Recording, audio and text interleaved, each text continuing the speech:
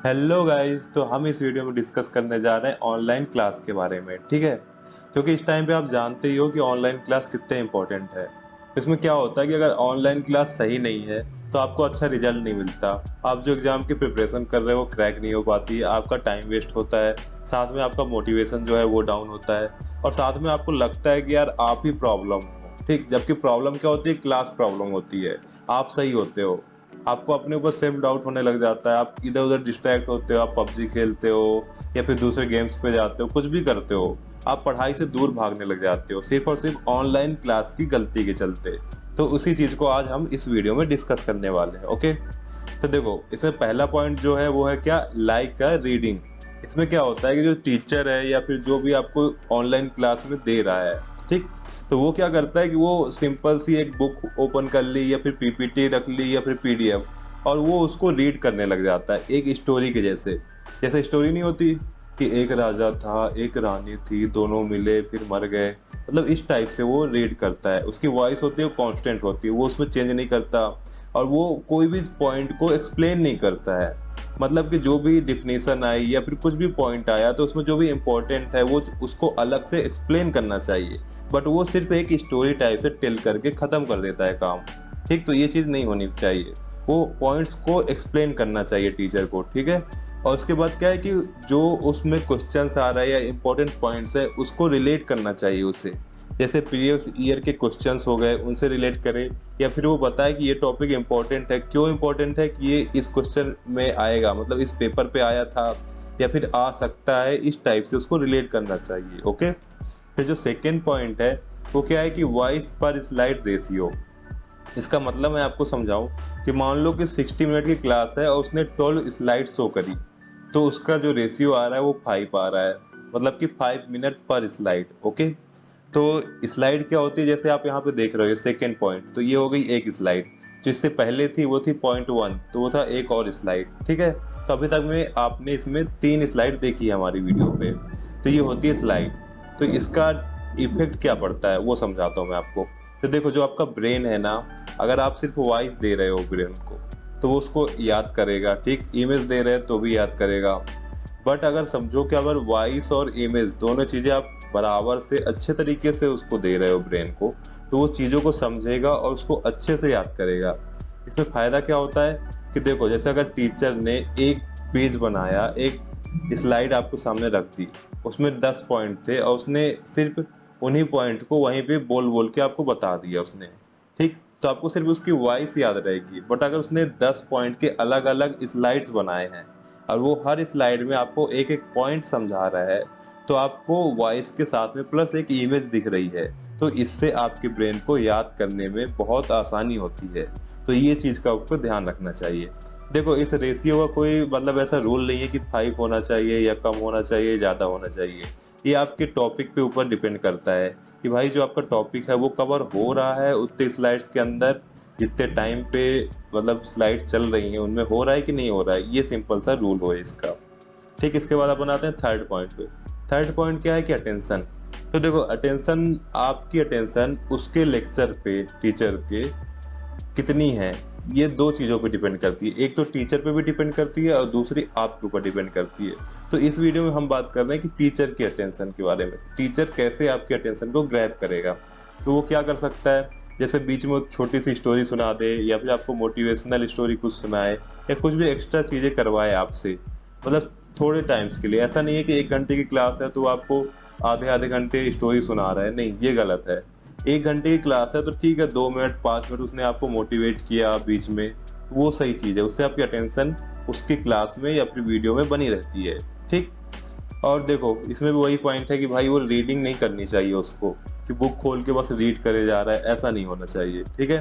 फिर इसके बाद क्या होता है कि वो आपकी अटेंशन को वीडियो पे बनाए रखने के लिए क्या करवा सकता है, आपको कोई टास्क देगा कि आप ये बताओ ये क्वेश्चन का आंसर क्या है, आपसे पोल करवा सकता है, आपको कमेंट करवाएगा, क्वेश्चंस के आंसर कमेंट करवाएगा। इस टाइप से वो आपकी अटेंशन को वीडियो पे बना के रखेगा क्लास में। तो ये चीज़ होनी चाहिए, ये ज़रूरी है, ओके? फिर इसके बाद आती है फोर्थ पॉइंट में कि नॉलेज, जो आपको पढ़ा रहा है बंदा उसकी नॉलेज क्या है। अपन यहाँ पे डिग्री की बात नहीं कर रहे कि भाई नीट के लिए पढ़ा रहा है तो वो डॉक्टर ही होना चाहिए, उसने एमबीबीएस ही करी होनी चाहिए, या फिर आईआईटी वाले बंदे होने चाहिए जेई के लिए। मैं इसकी बात नहीं कर रहा हूँ। आपको उसकी नॉलेज चेक करनी है, ठीक है? डिग्री के बेस पे नहीं, उस जो वो पढ़ा रहा है उसके बेस पे। कैसे चेक करेंगे आप? तो देखिए, आपने पहले उसकी क्लास अटेंड करी, उसने जो भी टास्क दिया आपने कंप्लीट किए, आपने उसका होमवर्क किया। फिर आपको क्या करना है कि जो एग्ज़ाम के आपका जिस चीज़ की प्रिपरेशन कर रहे हो उसमें जो एग्ज़ाम्स हैं, उसके जो प्रीवियस ईयर के क्वेश्चंस हैं और एक्स्ट्रा क्वेश्चंस हैं, आपको उनको सॉल्व करना है। अगर उस क्लास के बेस पे आप प्रीवियस ईयर के क्वेश्चन को 100% सॉल्व कर पा रहे हो, 100 नहीं तो 90+% में अगर आप सॉल्व कर पा रहे हो तो वो सही चीज़ है। या फिर आप बोल सकते हो जो एक्स्ट्रा क्वेश्चंस हैं उनको बुक के ऊपर डिपेंड, मतलब अलग-अलग बुक्स हैं तो उनमें अलग-अलग एक्स्ट्रा क्वेश्चंस रहते हैं। तो अगर वो 70% तक आप टच कर पा रहे हो उस क्लास के बेस पे तो बहुत सही चीज़ है।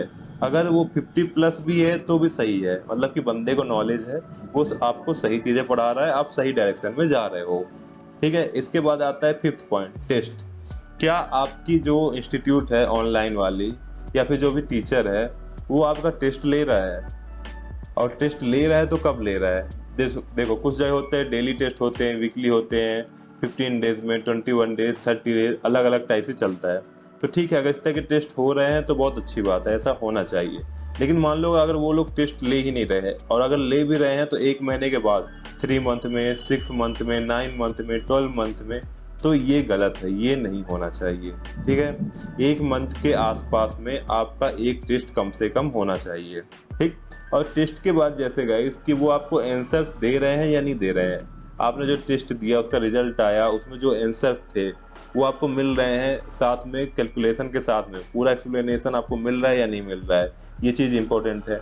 साथ में वो आपके जो आपने जिस तरह पेपर दिया है उसको एनालिसिस करके आपको दिखा रहे हैं कि नहीं दिखा रहे हैं।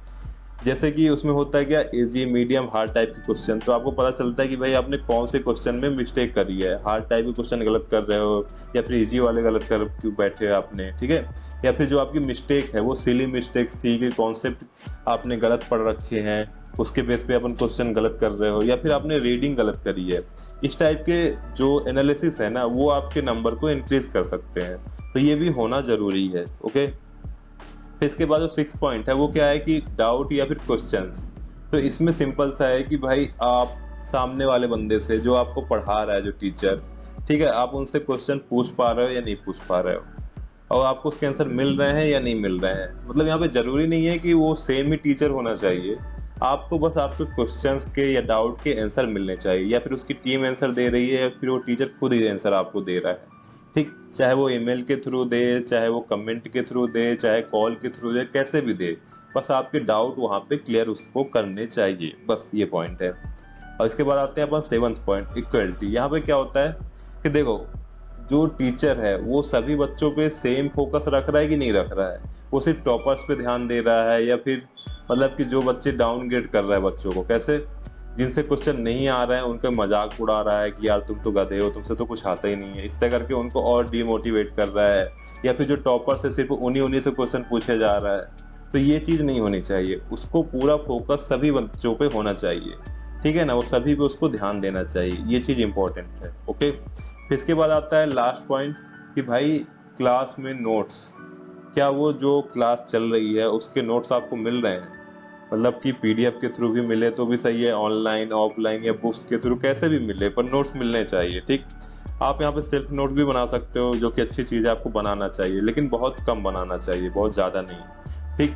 लेकिन नोट्स मिलने चाहिए। अगर वो इंस्टीट्यूट आपको नोट्स नहीं दे रहा है तो भाई ये दिक्कत वाली चीज़ है, क्योंकि आप सेल्फ नोट्स बना तो सकते हो, लेकिन यार पूरी पूरी बुक्स की, मतलब पूरे पूरे टॉपिक्स बोल सकते हो, 100% आप नोट्स नहीं बना सकते ना चीज़ों के। आप सिर्फ इंपॉर्टेंट चीज़ों के नोट्स बनाओ जिससे आपका टाइम बचेगा, और बाकी चीज़ों के लिए भाई इंस्टीट्यूट से नोट्स लो, ये चीज़ होती है। ठीक?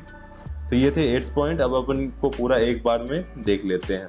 तो पहला क्या था कि भाई लाइक ए रीडिंग, वॉइस या स्लाइड रेशियो, फिर अटेंशन होना चाहिए, फिर नॉलेज, टेस्ट, डाउट या क्वेश्चन, और इक्वलिटी और नोट्स के बारे में। ओके? तो थैंक यू।